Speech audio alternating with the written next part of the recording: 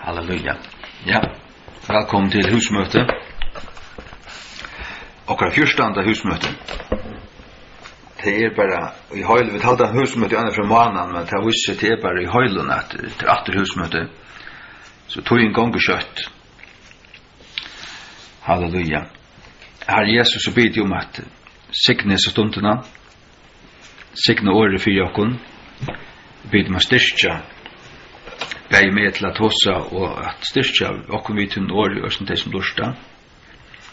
Kjære Jesus, at det og tøyne sannløyker som skulle etablere okkur, styrkja okkur, støvfeste okkur, og gjøre okkur støvfest, avvitselig, og som det då sier nekva stedene om at ikke være syft her og her av hver en lærdoms vinte, men at vi halda fast vid det som det var lært, og ikke komme ut i det at løyde etter noen nudjon på nekra mata, omgang til å være trått av tøyne lærer, men at halda fast vid det som det var lært, og lære det bedre, og lære andre ting som vi kanskje ikke har lært enn.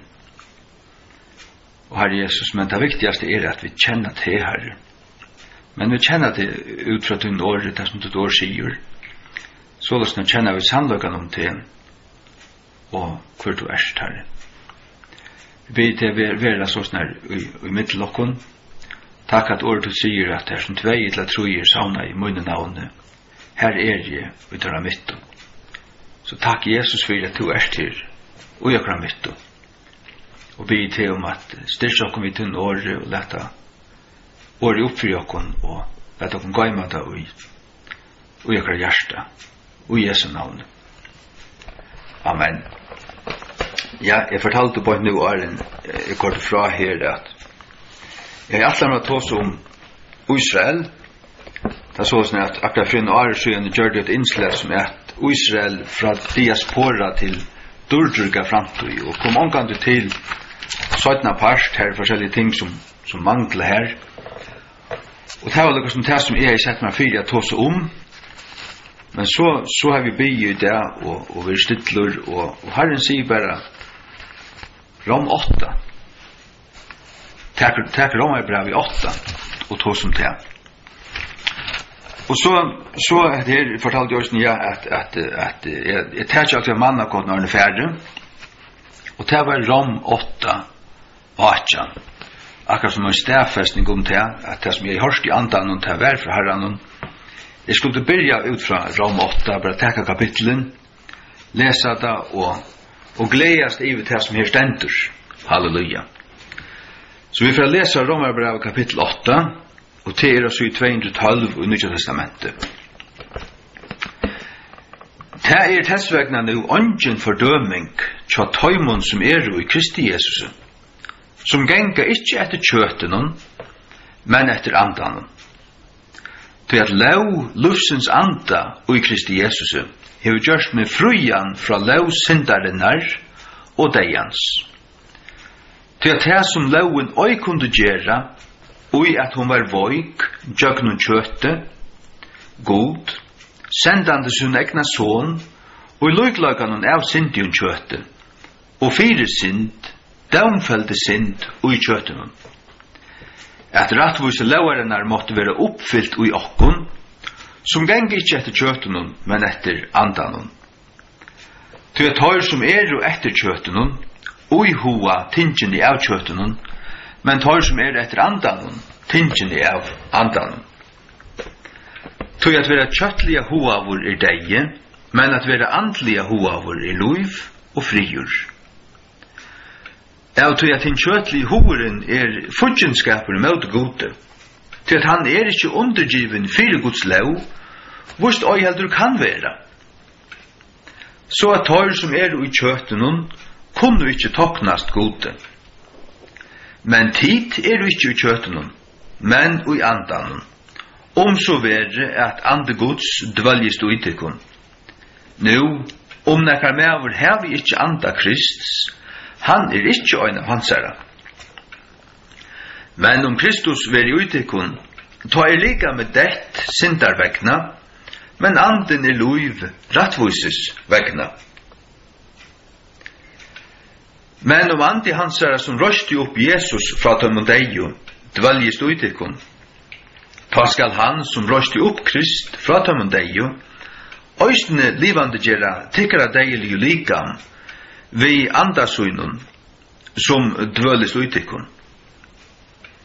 Tess vegna brøvur, vi skulnarar, ikkje til kjøte, at livet etter kjøtenun. Tøy at tid liv etter kjøtenun skuldi dodja, men tid djøgnun andan, deie gjerir likamsins, skuldi tid liva. Tøy som mennesker som vil ha løyter av anda gods, tøy sinir gods. Tøy tid hava ikkje finnje traldums andan atur til raslo, men det hava finnje atløyngar andan, vi kvarjun vi dråpa, Abba fægir. Sjálfur anden vittnar vi anda okkara, vid bødn gods. Og bødn ta arvingar ta gode, og samarvingar vi Kristi. Så vere, vid luja vi honom, vid mea vera òsne durmetter saman. Tøy at rokni at lujingarnar av hese nuverande tøy ikkje verdar at vera sammettar vi ta dord som skal vera oppenbera ui okkon. Tøy hinn innelige ettervantan til skapningen bojar etter til kjennargjevingen av sonen gods. Tøy skapningen var gjørdur undergiven fyrir fafongt, ikkje viljulia, men på grunn av honom som hever undergivet hinsama ui vevn. Av tøy skapningen sjálvur òsne veri utfrujavur. Nei, òsne skal veri utfrujavur fra traldømme for gongelig løykans, inn og hitte dordmikla fratse Guds badna. Tøy vit vita at allur skapningen venast og verskjast og i poinu til saman inntil nu. Og ikkje øynans tøyr, men vi sjálvur òsne som hava frum avvøkstur andans, òsne vi sjálvur venast innan løykun sjálvun, bojandi etter atløyingene, til vil sija endurløysingene av likam jokkara. Tøy videre frelster vi vevn, men vevn som sast ikkje vevn, tøy at tea og mevur ser, for vevnar han enn etter tøy. Men vi vevnar etter tøy vid ikkje sutja, ta vi talmauer boja vid etter tøy. Sommerløys anden òsne hjelper okkara voikløykon, tøy vi vet ikkje hverjum vi skulle bia fyrir, som vi dotto, men anden sjálfur gongur i forbøn fyrir okkon, vi veningon som kunne ikkje vera maltar. Og han som rannsakar hjørstene, void kvat hovur andans av tøy at han gongur i forbøn fyrir hinn høylavu, samsverand vi vilja gods. Og vi vita at öll ting samverska til gaua, fyrir tøymon som elskar god. Fyrir tøymon og hinner kallavu samsværande vi hansara fyrir atlan. Tøy hverjar han fyrir framkjente, tøyr fyrir til atla i han òsni at vera sammyndajar til mynd sonarsunds. At han måtte vera hinn fyrsteføtte middel mengar brøvur. Herumframt, hverjar han fyrir til atla i, tøyr kalla i han òsni, og hverjar han kallaði, tøyr rattvusgjørdi han òsne, og hverjar han rattvusgjørdi, tøyr dyrmetti han òsne. Hva skulle vi ta si hese tingene? God vere fyri okkon, hver kan ta vera imøti okkon? Han som spardi ikkje sin egna son, men gav han opp fyrir okkon öll. Hvordan skal han ikkje vi honom òsne frukt gjev okkon öll ting? Hver skal leggja nekka ting til akkæru Guds utvaldu? Det god som rattvusgjer. Hver han som fordømer? Det Kristus som døye. Ja, heldur som risen aftur. Som enta vi Guds høgre hånd. Som òsne gongur i forbøn fyrir okkon. Hver skal ætskilja okkon fra kærløka Kristus? Skal trongsla? Edla nei, edla ætsøkn, edla svøltur, edla nakni, edla vai, edla svør. Og så skriva stendur, fyrir tøyna skild vera vi drippnir atlan dagen lengan, vi vera roknair som seier til slatringina. Nei, og i öllun hesum tingun vi meira enn sigursvinnarar, og jøgnun han som elskar I okkun. Til at sannførður at hverski degi, etla luiv, etla onklar, etla fyrstadømir, etla måtter, etla ting nuverande, etla ting som koma skulu, etla hatt, etla dubt, etla nekar annar skapningur, skal vera først fyrir a skilja okkun fra kærløka Guds, som og I Kristi Jesus, Herre okkara. Halleluja. Da jeg leser her det, så fann jeg endelig et vers som så langt av, og jeg vil løyde etter hoksa hver stendet det, at kærløka Guds og I Kristi Jesus.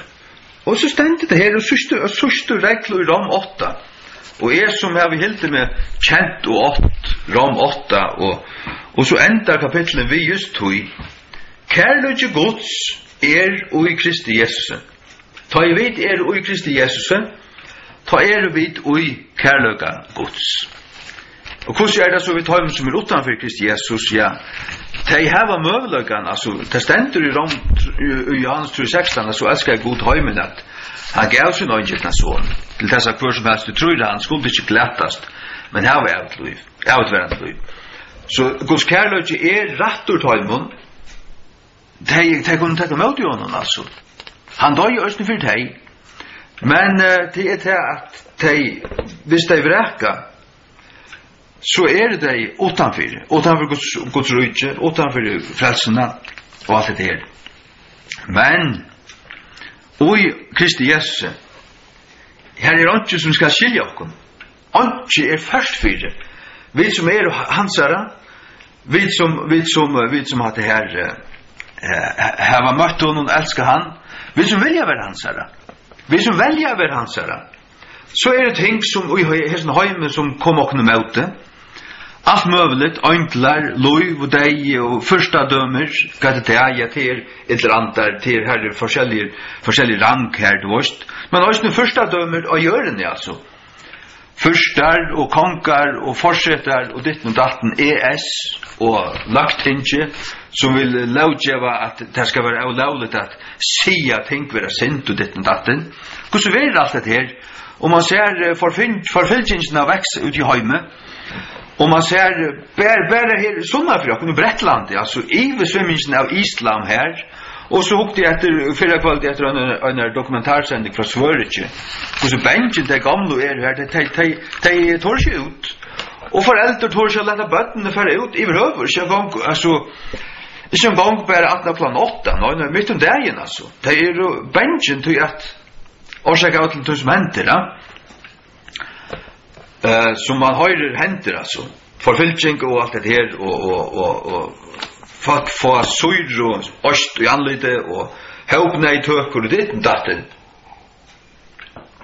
och folk bänken så också man ja alltså kvart visst det nog väl onkel så dumma politiker är knappt av lagting som öppnar färger av vojanväg för flatta folk vi skulle ha flatta folk så får man ganska alltid ögonen tusen av vissa flatta folken här och vi tar emot islamistiker evgenskroppar eller bara muslimer alltså ditten datten och hur kunde det ju brått okra land eller det att laggavan var så förverklig att det var knappt förboja på sannlökan ja ävansa kvärt ävansa kussu och ta var trångt och sust tog men vi som Krists, vi som hansara, det ikke som kan skilja okkon fra kærløga Guds, som Kristi Jesus, Herre okkara. Ikke.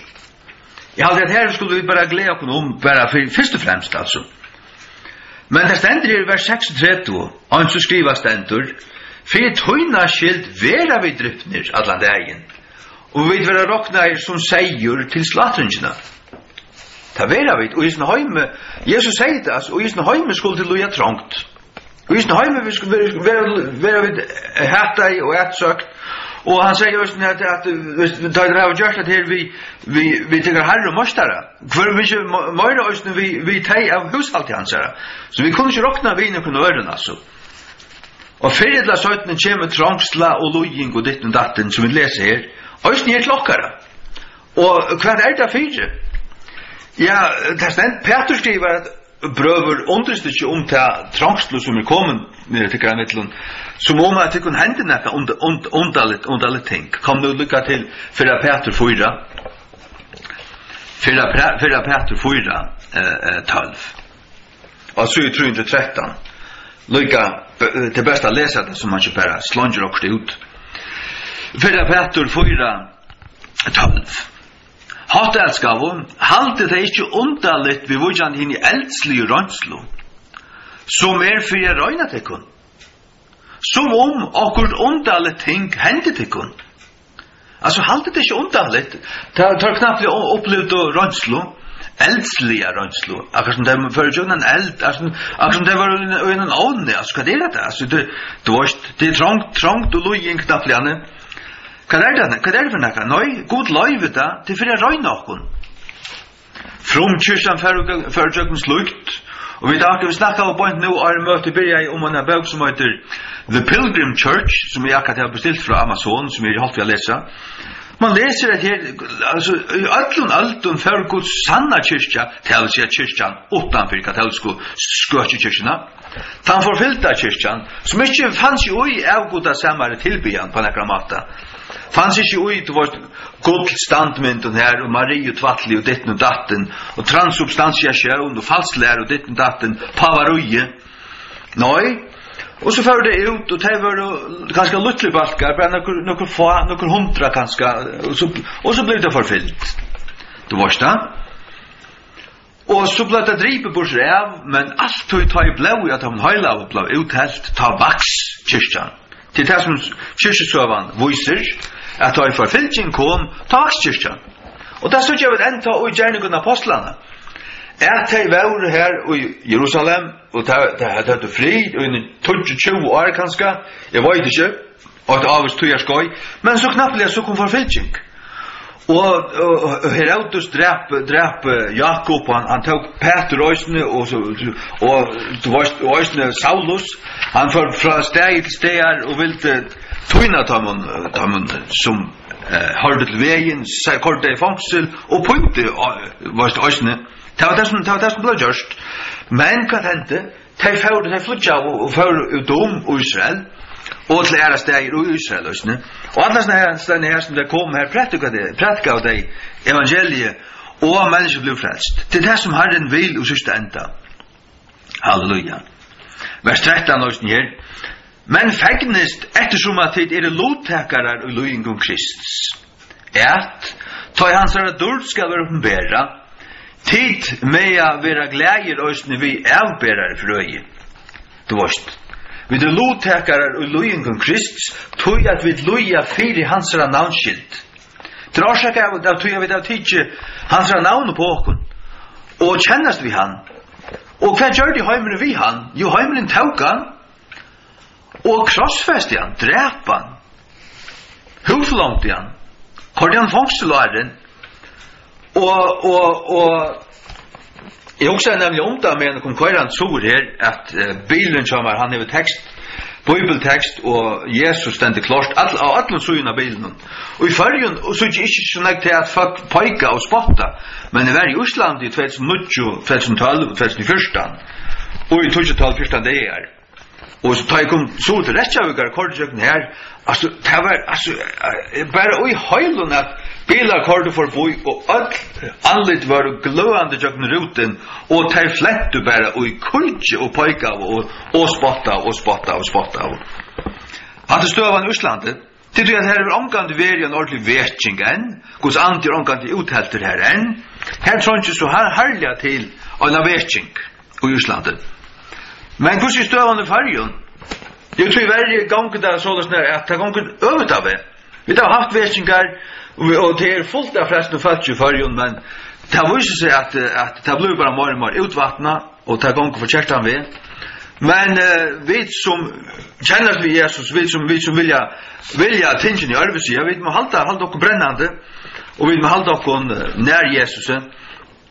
Og det vi daglig at pressa på den til hansara, at tilbya han, at lesa hansara år, og at være lojen tog som han sier. Det må vi gjøre. Ta må vi gjøre. Halleluja. Vi får alltid til Rom 8. Ta tessvegna nu ungen fordøming tja tøymon som i Kristi Jesus. Her enda Bibelen til Jakob Dahl og Viktor. Ta enda bare her. Ungen fordøming tja tøymon som i Kristi Jesus. Men King James, den gamla danska og Luther Bibelen sier, som genga ikkje etter kjøten noen, men etter andan. Ta høyre på dette verset her. Halleluja. Ja. At hvis vi ser og høyre Jesus Kristi til, men geng etter kjøten noen, så kvalifiserer vi ikke til at det her dårdsomme sikningsene etter ånds fordøming. Hvis vi geng etter kjøten noen, liv etter kjøten noen, og ikke etter andan, så fordøming. Til så livet vi til sint, det kunne vi ikke gjøre. Nei, vi må geng etter andan. Geng etter andan, ta vi som anden løyer. Gjera tar gjerningar som andans bæra andans frukter. Så ikke fordøming. Det det samme som geng og ljøsen som første Johannes brev 8:6 tåsar om vi geng og ljøsen om en treit. Første Johannes brev 8:6. Det altså så dårligt samt vers til et vers som man bare må tro i her altså. Første Johannes 8:6. Men vi genga og ljøsen, og så han i ljøsen, så har vi et samfunnet for vi annan, og blev Jesu Krists, sånne hansara, rønsar okkur fra allar synd. Men her stender vi må genga og ljøsen. Og genga og ljøsen til det samme som genga i andan. Det genga og ljøsen til å gjøre sannløgans gjerningar, til å gjøre rettvises versk, til at liva som Guds baden. Til at ikke at liva sitt liv ui synd. Men at flutja fra synd. Og gjør man synd, som man vet man har gjort, man gjør han opp på en av veien, gjør han og vender fra henne, og setter kausene av attor, og ganger rett av det. Ganger attor og i andan. Halleluja. Men pastor av tog jeg geng i andan, til til at ta du hev synda, som vi gjør dagliga, og til landa, synd kan også være ting som vi burde gjort, men som vi ikke gjør. Men det at livet i andan, og geng i andan, og til at bære alt framfor god, at gjøtta det, at køyra det i Krist, at slippe oss ned det, og at be om fyrtjen for det, og at ikke alt seg at livet ut i mør, til det.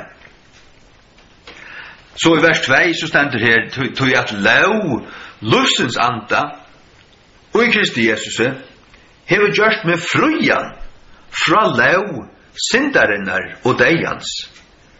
At og i Kristi Jesus en ande som er et lufsens ande, og han hever gjort med frujan fra lov syndarinnar og deians. Det vil si at som er endefødt, så virker i lov syndarinnar og lov deians iver okkon her.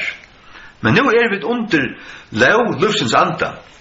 Men det honker sammen vi tog som i vers 8, at vi geng i andanon, og i andanon, som også lufsens ande, du legger meg til her stendet ståra, lufsens ande, høyle anden lufsens ande, og i Kristi Jesus, at her vi fri fra lovsyndarinnar og deians. Det vil si at syndene som vi ikke klarer at ivervinna, og vera og sia nøy til og at nøy var nøy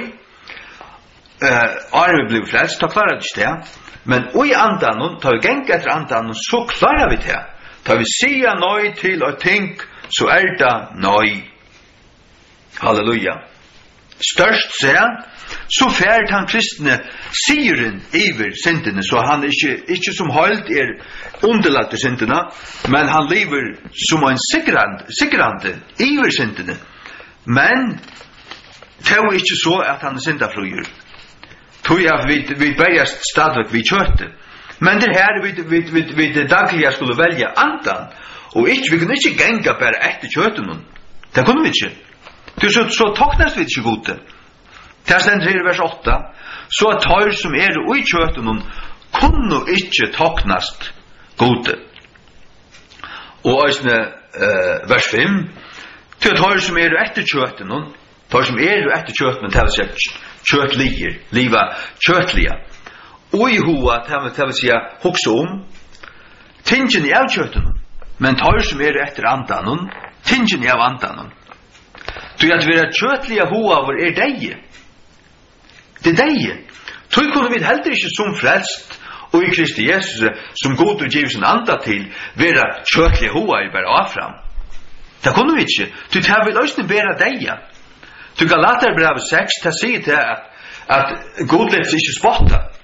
Ska vi färre här? Galaterbrev 6.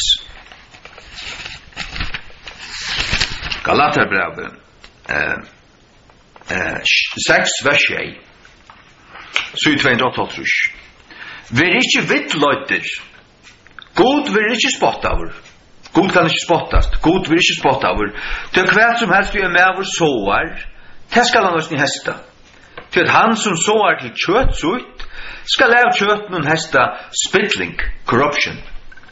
Och det är egentligen dig. Till att det ständer om Jesus sval att han sa sval, han sa likam sa inte spittling. Och god ätlät inte han sa sval i helvete. Men han som såar till andan ska lära andan någon hästa av ett värnt liv.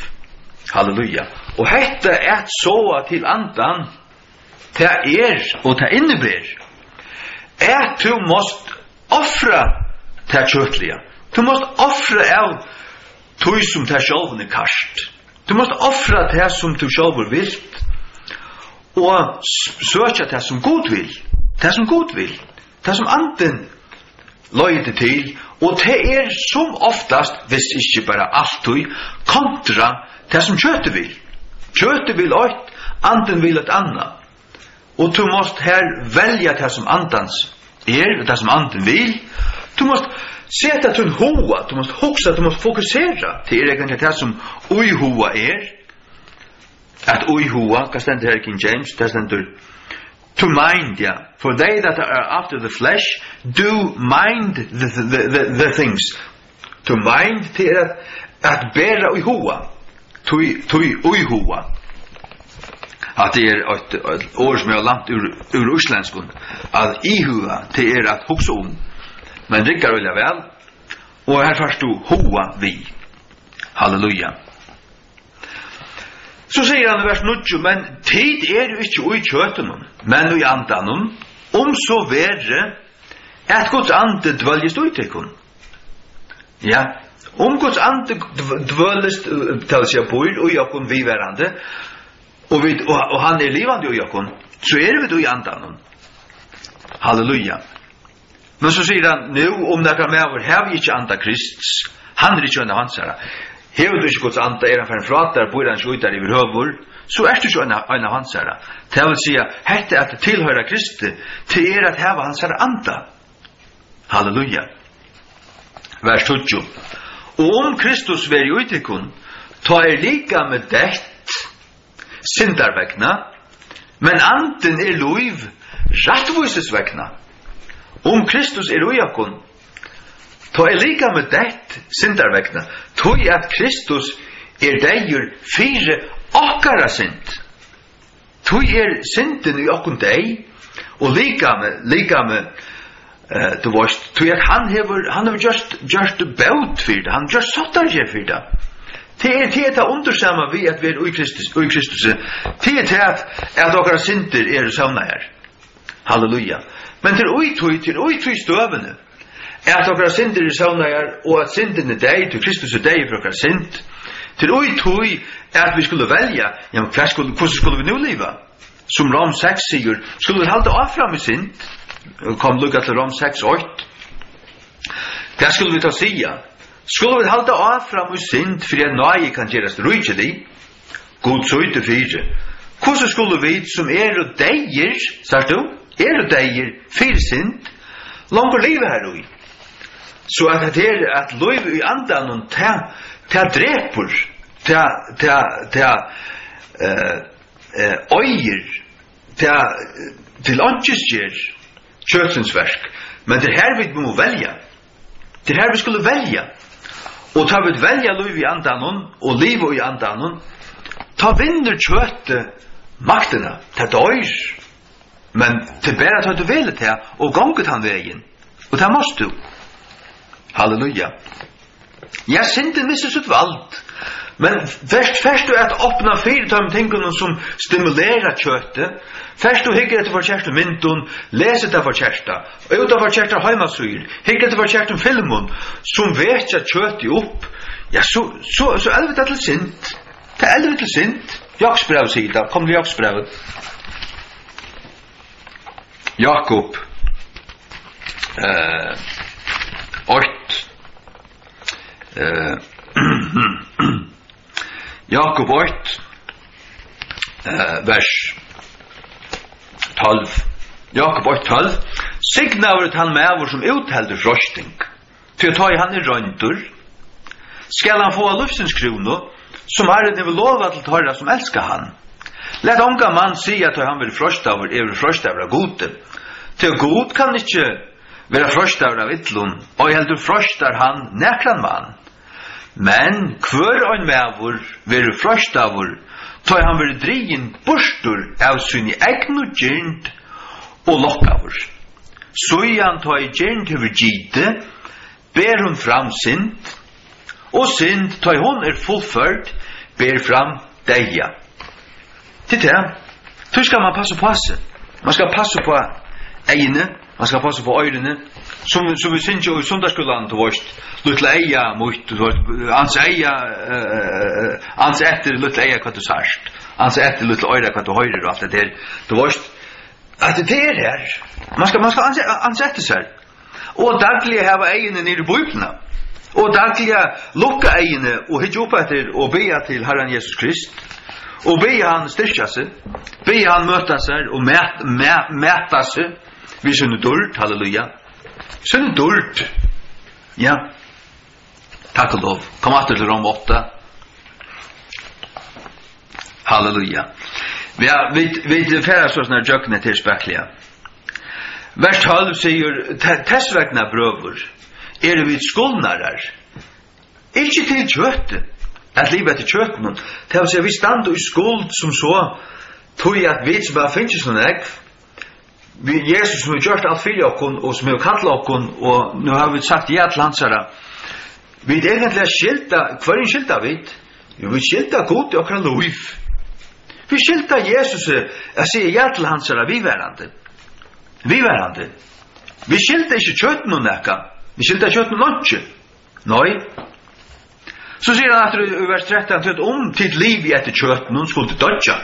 Og hva er tåser han til? Han tåser til kyrkjen og i Rom. Det er frelst du.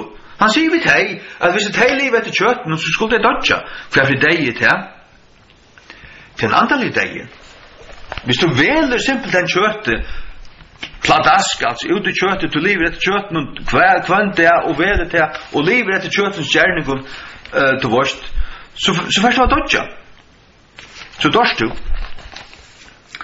Men tid, djøgnen andan, deg gjerer likamsins, skulle til liva. Sagt du? Men det er vit, djøgnen andan. Det vil si at vi er genga andans ved, til vi er genga etter andan, velja det som andre vil, sier ja til Herrens vilja, og vera beandi og lesandi i Guds åre, gengandi i andan, og tjøkken til skulle vi kvært, deia gjerir likamsins.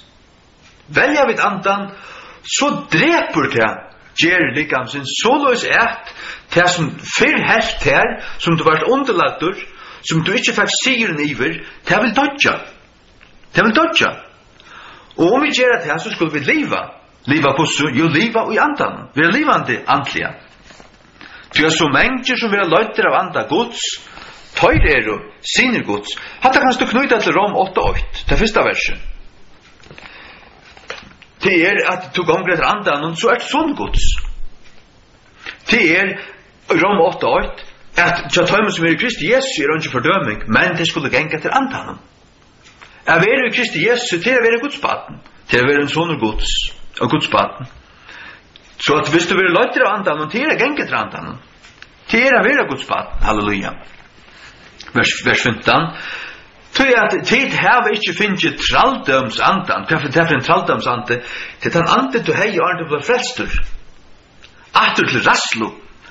Du varst, at han rasslan var, ja, man var raddu fyrir hverja avløyngar synden fekk, til at samviskan og menneskene veit det, nu gjer for kjerst. Samviskan, god du lagt avløyngar nir i kvart hjersta, stendur tjapretgaren halde jeg her aløy. Avløyngar, eller stendur solmen, min kjort, ja. At kvart menneska veit egentlig, gode til, og det veit, kjalt godløysingarnir tøydar dodja, eller andre skulle dodja, for tar benkner. Og takk meg ikke ut om det sannhet, men jeg hørsta, fløyre ferier, at det en kjentur godløysingur i Sore som kallast Paul F. Jeg aldri han deg nu. At tar var flåte vi noen, og vi en bati, og det kom illevever. Og det var testa undøyv, og knapt jeg fettel Paul F. og knæ, og fyrir bøn blir god bjergasser. Og hinner hitje på han her, altså kvett nu, hatt er ikke rett stunden til å fyrir bøn, tar et lengsjande bygge, lagt deg i gods hånd, folde hendene her og bygge god virvisser og alt dette forskjellige. Men her var det for sånt. Hatt er det. Nei, man skal ha tingene oppklare og gjør det klar og gauar tog, ikke til sørst løt. Nei, du varst ikke når du kan stodja. Ja, halleluja. Alt til rasslu, men tid av å finne atløyngar andan, og atløyng til adopsjon. Atløyng til ta i god, ta vi tok med Jesus, så adopterar god okkon. Altså, vi videre frelst, så vi kjansar bøn. Men når jøgnen Krist, så vi gjørt Guds bøn for Jesu Kristi skuld, og vi får atløyngar andan. Vi kvarje vi råpa Abba fægir. Den anden som røy oppen, han råpar Abba fægir, og Abba merker ikke Abbe, det merker Babba. Altså, anden røy oppen råpar Babba fægir, halleluja. Amen. Sjálfur anden vittnar vi ande okkara at vi Guds bøn. At vi bøn Guds. Sjálfur anden, den anden vi da finnje, han vittnar vi ande okkara at nu du Guds bøn. Og bøn, ja, bøn arvingar. Arvingar til det som foreldrene øya, det som foreldrene lette etter seg. Og arvingar tja gode stender her. Og samarvingar vi Kristi, tog jeg vidt adaptera i. Og så Jesus Kristus Guds øyngittne sonur, han Guds sonur, og vidt adaptera i. Og så får vi anda Jesus Kristus, det stod her, det stod vi i vers 9, at vi da anda Kristus. Om nekka mever har vi ikke anda Kristus. Så at her atløyngar anden til Kristus, som vi da finner. Vers 16 aftur, og bøten ta arvingar. Arvingar tja gode, og samarvingar vi Kristi. Men så setter han en treit her på en. Så være, at vi loja vi honom. Det vil si at vi ikke til røyere loja vi Kristi, så vi ikke samarvingar vi Kristi. Du så løys, innstittlaver? Du av den slukkar natturu? At du har sagt ja til Jesus Krist, men så kjøtt som loyingar og møtgång kjemur, så flutja du undan. Ja, så kjem du ikke at så det ikke hans samarvingar for det visste, og du kjem ikke være dulmetter sammen vi honom. Og hver det? Jo, til han kommer attur, ta hvis til okkara deilige likam skal uiklega stort, som fyrir 15 tåsar Hetta deilige skal være uiklatt, av deilig løyga, og uiklatt dult, vi skulle få et dultar likam, til opprøsna likamet. Vi skulle røyse opp en likam som av samme slæge største som likam av Jesus Kristi. Og et av deilig likam, som ikke kan dodja, som skuiner, som fullt av Guds dult. Men her sjån det ber Jesus Kristus av, til han Guds øyngittne sonur, og han god. Vi er omgant til godar, vi er omgant til god, Jesus Kristus god. Men vi skulle arva kongadømme Guds, arva Guds rydje, vi Kristi, og vi arvingar tja gode, til å si vi arva Guds himmel, og Guds rydje, kongadømme Guds, sama vi Kristi, men det så framt vi til røyere luja vi honom, at vi mea være òsne durmetter saman. Ja, vi skulle være til røyere luja vi honom, fyrir vi kunne være durmett saman vi honom. Så sier han i vers 18, til mannakotten jeg fikk Arne fra Heimann fra, tog jeg til råkne at lujengarna av hans nuverande tog ikke verdar å være sammettar.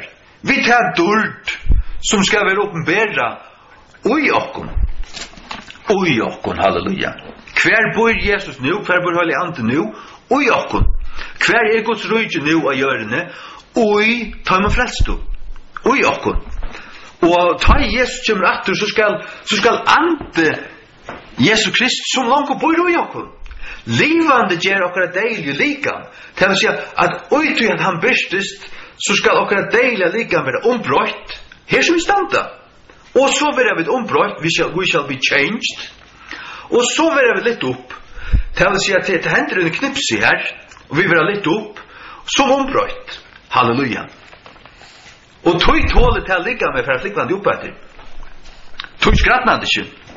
Tog for blau ikke sendande histopist. Kanskje gjør det til at det var ikke. Men opprørsene ligge med hever ikke blau. Jesus Krist ligge med hever ikke blau. Det var helt livande av Guds stort. Jesus sier her, han sier nemme vi med. Han sier nemme vi med. Til at en ante hever ikke holdt og bøyn som det sutja med heva. Han sier holdt og bøyn. Holdt og bøyn. Ikke blau. Vi vil det sagt holdt og blau. Han sier holdt og bøyn. Ja. Hver Jesu blau til uttelt og han i trådene og i himmelen. Halleluja. Det som heldig Jesu livande Guds dård. Halleluja. Lujengarna som vi kunne luja nu, det ikke verdt å samanbæra. Vi tar dårdlig og støv, ta glede og ta lov, ta dård som skal være oppenbæra ui okkon. Det vil si at ta lujengar vi kunne være jøkken nu. Husk om tessen luja i Kina og Nordkorea og ikke hver. Her som det er velja luja. Ta dård, tenk om å få. Tenk om å få større dård. Tog jeg til så sitt liv av hjørne. Til så det. Og her er løyende skulle det hesta. Til hesta mør. Til hesta større dård. Tog skulle vi ikke være halda det være noe underligt. At det hender at vi loja. At det er noe underligt ting. Nei. Tog jeg til for jeg røyne akkurat trygg. Til en eldslig røynsla. Som vi lauser her. For jeg røyne okkon. Ja. Men vi skulle fegnast. Nu citerer jeg 8-4 Peter 4-13. Men fegnast ettersom at det lovtakarar og lojengum Krist. At ta hans dård skal være oppenbæra. Når skal noe oppenbærast? Ta han ikke nattur. Tid med å være glede i røysene vi avbærer frøye. Ja, det ui dård. Det du jeg videre dårdar gjørt. Og suttja han ui dård. Halleluja. Vers 9. Rom 8:9. Tog en innelige ettervandran til skapningen bojer etter til kjennergjemingen av sånne gods. Atler skapningen. Og til annet sted, så bojer skapningen også nu underlagtur traldavn. Stender her vers 20. Til skapningen var gjort undergiven for farfungt, ikke viljulige. Men på grunn av honom som har undergivet samme og i vevn, til til menneskene synda i. Og en syndafattelig så var alt i en paradis tilstande. Men den paradis tilstanden skal komme atter. Og hva hender på en til Jesus kommer atter, da skal Israel bli frelst. Israel skal bli frelst. Og det skal være som lov fra ta med deg for hverjon. For etter skapningen. Kom nu til Rom. Rom, hva det? 11. Det er bare nekka blæs vi langt fram. Ikke? Rom 11. 25. Du vildi ikke prøver at det skulle være avvidande om dette løndarmal. At ikke tid skulle være viser ut til regn og metingun, blindløyge partvis hendur for Israel, inntil høytningarna fytlinger kommen inn. Og så skal alt Israel være frelst. Og han som skriver stendur, ut fra Sion skal komme ut frujaren, og skal venda bort av godliløyga fra Jakob. Hikk? Ja. Jeg minns hva det stendur, men det skal være som lov fra dem deg. Ja.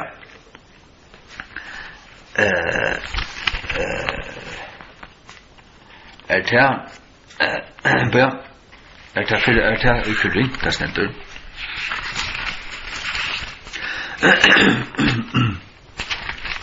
Nei, samme gjør, la det kunne ikke fære alle veier, la det halde dere til Rom 8, her er nok å takke av. Men det stendur nesten, hva skal hva skal det anna være enn som lov fra dem, det er Rom 11. Rom 11. Bø?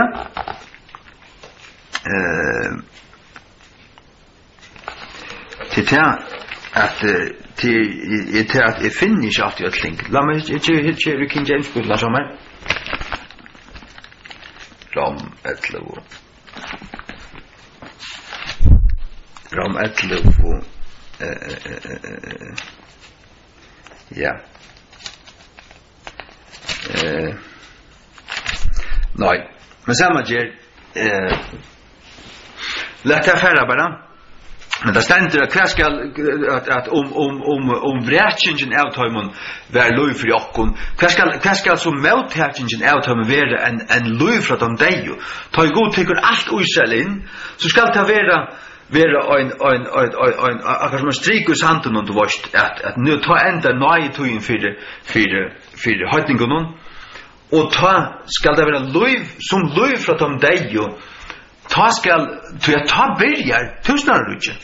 Tu søkja til Zakaria 14, at det tar Jesus kommer attur, at alt Israel vender om, tu ta søkja det han. Ta søkja det han ser nakla merker han ser svaret, og ta det skulle gråta og venast iver han som løyvlati av en øynasta sånne. Halleluja. Så det tar. Og det skal være som løy fra dem deg, du tar byrja tusenar rujtje, og ta kjemur, ta skal alle skapningen være utfruja fra forgångselig løyga. Ta skal være en annan tilstandur, en løy tilstandur, tog at, og ikke en deia tilstandur av hjørne. Vi er etter her i Rom 8, vers 21. Jeg tror at skapningen sjálfur òsne skal være utfrujavur fra traldømme for gongelig løygans inn i hitt dordmikla fralse Guds batna. Det vil være fralse i tusenarrujsen. Det leser vi tja Jesaja 32 om Messias rujje. Messias rujje. Her skulle ting være her som ikke har vært fyrr. Ta stemmande tungan skal tala reie. Lampe og leivan skulle ligga saman her. Hva gjør at vanligvis en leiva ved et lamp? Hun dreper det. Men det skal ikke være ta. Det skal ikke være ta. Vers 22. Så jeg vil vite at alle skapningen venast og verskjast og i poino til saman inntil nu, til føringarverskjer. Ja. Og ikke øynans tøyr, vers 23, men vi sjálfur òsne som heva frum avvekster andans, òsne vi sjálfur venast innan ojakun sjálfun, bojandi etter atløyingene, det vil si til endelig fruktene, det vil si endur løysingene av likam i okkara. Og det at vi skulle få opprøsna likam. Endur, det ta i okkara likam vil frelst. Okkara likam en sintut, og vi bergast litt, men ta i vi være opprisen, og vi får dårda likame, ta ikke med sinten ikke langt å byggva oi likamen. Vi kommer ikke å bergast vi etter, ta vi ikke enn den tvøystøvan. Ta vi det bare 8. Ta ikke med likame akta. Ta vi ikke som frøster okkur ta. Ta vi fullkomlige leiskjøpt. Og til det som vi biva, det stender, man kunne jo også sagt stona. Men ja, och venast och värstast. Tror att vi har akkurat som en kona som har finnit värster till en ölig pojna. Vi vill inte det. Vi vill leva bara godliga. Bara alltså för att bara göra Guds gärningar och omkande göra näkra sint. Det är det som vi vill. Vi tror bara höjla lög alltså. Halleluja. Vi hoppar fram till vers 26. Somlois anden oisne hjelper okkar av veikløykon. Så jeg vet ikke hverjon vi skulle bia fyrir. Altså, her sender hverjon tog at hverjon bia fyrir, jo bia fyrir hæson. Det er støylig hverjon fall. Vi vet ikke hverjon vi skulle bia fyrir som vi åtto. Men anden sjálfur gongur i forbøn fyrir okkon vi veningon som kunne ikke være maltar. Anden bia så djupt og han venast fyrir okkun og det kan ikke settast åra. Han byr fyrir okkun, halleluja. Og han som rannsakar gjørstene veit hva hår andans av tog at han gonger i forbøn fyrir den høylavu, samsverande vi vilja Guds. Anden byr fyrir okkun, samsverande vi vilja Guds, han kjenner vilja Guds. Han veit, han byr en fullkomna bøn. Tog er det godt å be en ekve tunkun, du tar det anden som byr ut her, og ta bid du en fullkomna bøn, ikke en kjøtlige bøn. Vers 28. Og vi vet at alt ting samvirker til gaua, fyrir tøymun som elskar god. Fyrir tøymun og og hinner kattlavu, samsverande vi ansar fyrirjatlan. Alt ting samvirker til gaua. Alt som hender, okkara løyingar og alt som fyrir jöknum, ta samvirker. Og i sørste enda, så fast du ikke det som du løyer, det som du først til jöknum for Jesus Krist. Det er ganske merkjede hera gjør. Det er ganske sette svar av det hera gjør. Men i evenløyganen ferdig at jeg var dult. Du kommer að fegnast i det som du først til jöknum for som du først til jöknum for Jesus. Det er bare dult. Og ingen sorg her. Halleluja. Halleluja. Ja. Så er det vers 22, til hver han firefram kjente, han kjente okkur firefram er ikke framanundan. Tar fire til atlai han òsni a vera sammendegar til min sonarsunds. At det er fire til atlai, det er og i ennsku King James øyde til. For whom he did foreknow, he also did predestinate to be conformed to the image of his son. Predestinate. Og her er det en læra som kalvinister gjør kanskje fornegg på sjur. Tar gjør en elefant på sjur under mus. Men her stender altså til at vi er jo fire til atlai. Framman undan atlai. God kjente okkon hørt fra byrjan av. Og han kjente okkon her, og tar som han kjente, tar fire til atlai. Tar seg framman undan atlai til. God kjente okkon. Han fra byrjan, ja. Til God er utanfor tøyina, han ser endan fra byrjanne. Og han er utanfor okkara tøyarlinju, han ser at tøy er tredimensionell, så okkon er tøyen tveidimensionell. Det er bare atretter etla frametter. God er utanfor tøyina. Så han ser utanfor tøyina hver for at hek imot Jesus, hver for å være frelst. Han ser endan fra byrjanne, ja. Han er alfa og omega. Så hever han fire til atlokkun er være sammynda til min sonarsunds, til å si a lujtjast, sin jansara. At han måtte være hinn fyrstefødde mittel menga brøver. Jesus altså. Halleluja. Og til at han er fyrstefødde, til merker at han fer unna fremre støvo. Halleluja. Det taler ikke om hans føying, det taler om at han fyrstefødde, det er han som arvar, det er han som er rattla arven. Men vi som er hansara, og som har hansara ande, og som loja sammen vi noen, vi er hansara samarvingar. Det vil si at det rujtje vid arva, det er egentlig hansara. Men god fægir hever atlat det så. God fægir hever gjørst det så. Og han har givet det til sånn sånn, og vi som er sånn hansara, vi arva det sammen vi noen. Det er sånn som de sammen. Halleluja. Så er for at vi er vers 1-3. Nei, vi vil lese vers 3. Herren framt, hver er han fyrir til atleie? Tar kattleie han òsne. Og hver han kallar tar rattvistgjørd han òsne. Og hver han rattvistgjørd tar dyrmett i han òsne. Legg meg slatta.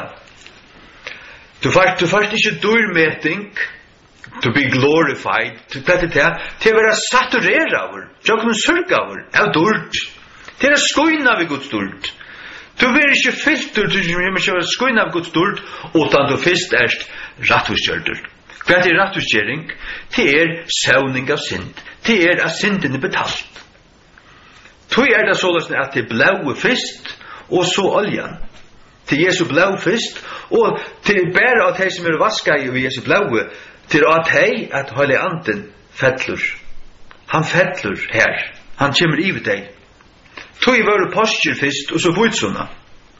Jesu blå fyrst, og så Hellige Anden. Han vil være fyrst rattvistgjørd, og så vi det rattvistgjørd, tog vi være durmett. Og vi har Guds ande og jeg nu. Vi har det som øyder enskund a down payment.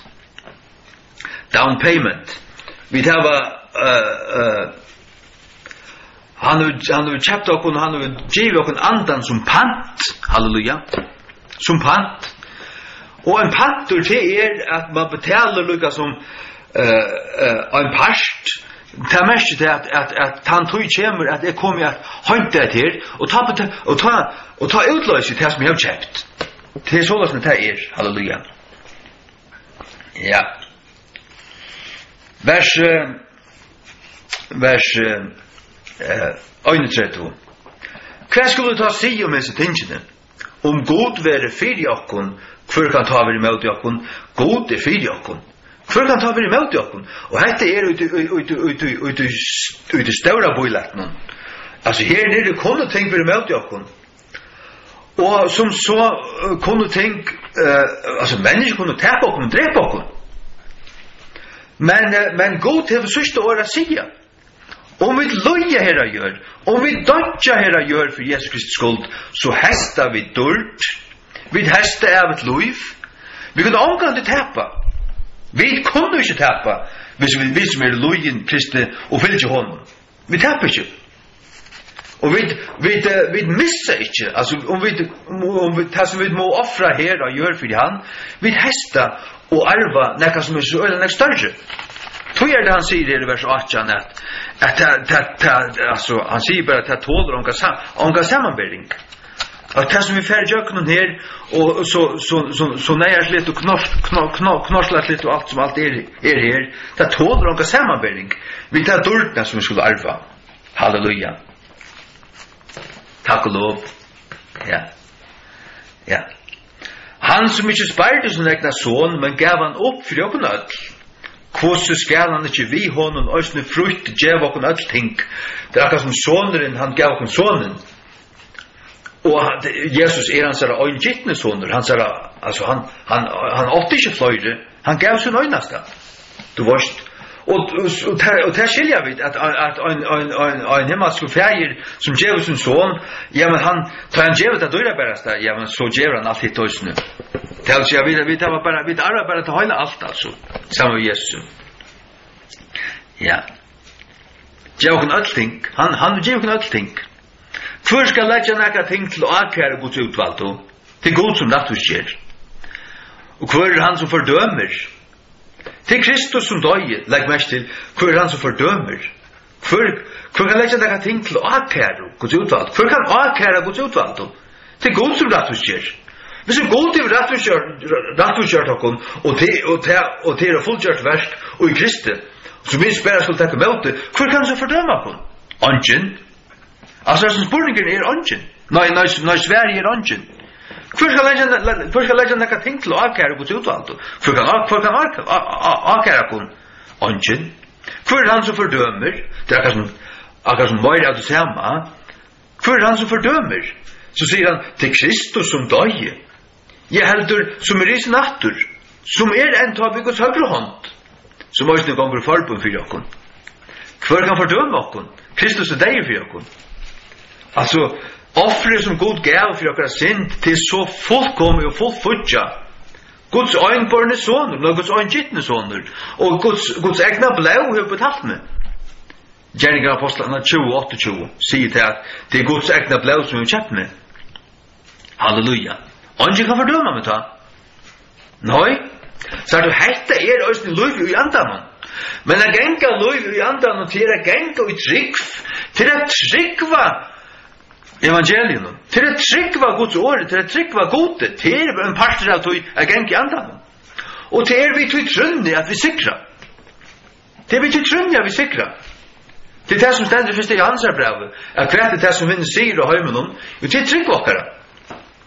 Men åkara tryck är inte bara kvart som helst bara ett annat som vi bara ser och häva. Nej, vi tryck var gode.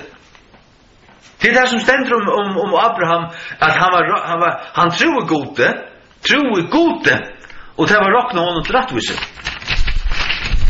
Halleluja. Det var rockna honom till rättvise. Ja. Abraham tror gode. Halleluja. Och det var rockna honom till rättvise. Ja. Det ständer i Rom 4. Du kan finna det så vilt. Halleluja. Vi håller av fram här, späckliga. Ja. Så det här dagliga kommer här från 35 till 93. Kvör skall skilja oss från kärleka Kristus. Så att det först säger han kärleka Kristus. Kristus älskar oss. Och vers 93 då säger han kärleka Guds. Kvär är Guds kärlek utefter. Kvär han att finna. Kvär upplevde Guds kärlek och en särligen hatt. Ta i dörr kommen in i Krist. Ta i dörr kommen in i Krist. Till här du Guds kärlek är mest omboaver. Och så är du till näka vi tog. Hej, hör. Att vi sörste kvällmål tog. Så sa du där allt det här. Men vi såg när Jesus sett Johannes apostel. Och han lena i hötte upp att så Johannes är. Det vill säga han har haft hötte tjossar inemot Jesu revjaböjnen. Och Jesus är broren och kyrkan är hans bror. Och det ständer alltid om Johannes apostel att han som Jesus älskar i. Han kvann Jesus älskar i. Han kvann Jesus älskar i. Det vill säga att på en måte tar alla apostlarna lika som ödel som Jesus dog i fyra. Men Johannes apostel älskar han på en särskild hatt. Han hej han närmast ser. Och han släpper sida av syna och någon lägger sig högt in i vårt hans brinko. Det vill säga att Jesu kärlek var särliga suntur för Johannes. Självt man älskar det allar. Så stände det bara om Johannes, han som Jesus älskar. Men älskar han inte allar? Jo, han älskar allar. Hatt är en mynd på det att vi som är Jesu Kristi bror, vi upplever hans kärlek av en särjan hatt. Ja, men tror jag vet att vi inte möter i honom. Ja, men så är vi, då är vi i Guds kärlek. Vi är i Jesu kärlek. Vi upplever hans kärlek, då vi är hans kärlek. Men du som är utanför, vad säger han att kom in, och uppleva hans kärlek. Han är rösten till tøyn. Halleluja. Vers 35. Kvör ska skilja oss från kärlek Kristus. Skall trångsla. Vi tar snack om trångslo. Eller nej. Eller ätsöken. Eller svältur. Det vill säga hungersnej. Eller nacken, eller vaj, eller svör. Hur så vill det att ta trångtar tøyn kommer? Ta du ikke kan kjøpe til å selge, utan du er å ta merke her, og du må se hva vi arbeider. Du misser huset, kanskje. Du først kjøper noen særlige trångt, du kjøper noen av seg tøy her, hvordan lenge hun verer. Inntil Jesus kommer, inntil luften skrattner, og han byrstes, og til like han blir ombrøyt. Det er vel mulig at vi skulle alle kjøkken her. Hvordan er det? Men vi vet at Kristi kærløyke og Jesu nærvira, han vil tjåken her, og tjåken til alt sammen. Og så skriver stendur, for tøyna skilt vil vi dripner at han dagen lenkan. Vi vil råkna som seier til slattringina. Nei, og jeg til nesten tingun vi mer enn siersvinnarar. Og i tjøkken han som elskar jokken. Så at vi videre mer enn siersvinnarar, ikke jokken sjolvun. Ikke det videre så sterk. Ikke det videre så særlig og klare som jeg. Nei, det jakken han. Og i jakken han som elskar jokken. Det vil si, og det har hun sammen vi tog, er liv i andan. Det är ju Jesu anta. Att vi är sigersvinnare. Han som älskar oss och gav oss sin anta. Halleluja. Det är akkurat som att alla kapitlen ständer av Rom 8:8. Det är som så för mig. Att det hånger allt samman vis ner. Att du är Kristi Jesus och du hånger i andan. Det måste du alltid göra, lukka väl. Och djävus du vid tog, ja men så är du inte lot i någon öron. Du måste inte andan. Halleluja.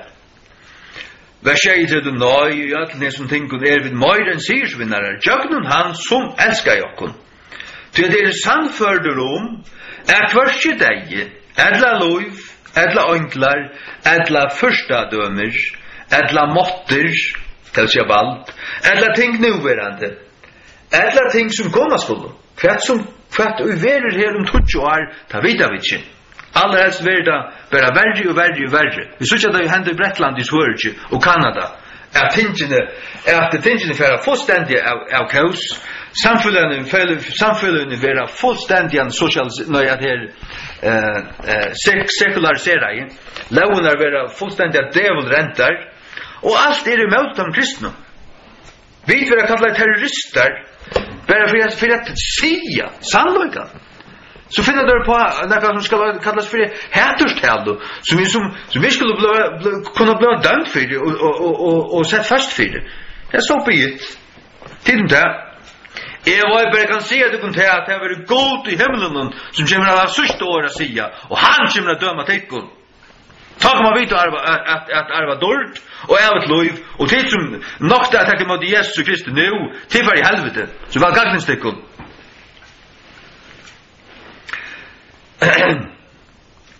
Edla dult, edla nekar annar skapningur skal vera først fyre skilja okken fra kærløka Guds som og i Kristi Jesus Herre okkara. Halleluja. Amen.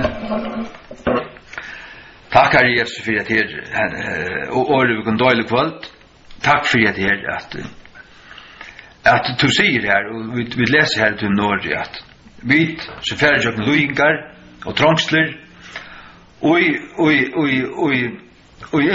imsun mat og i imsar grad kan man säga at evansa kvæve luja for det og jøkken lui vi her herre og ting som vi kanskje har mist ting som vi ikke finko og kanskje ting som vi ikke finko orsaka, nemlig orsaka av tog vi fylltjat her av høylig hjärsta tog tåla folk åkne kjedla whatever kanske kone folk heldur okkum frá helsar frá mannum som extra brännande whatever kvart så kan vera och så heldur man till att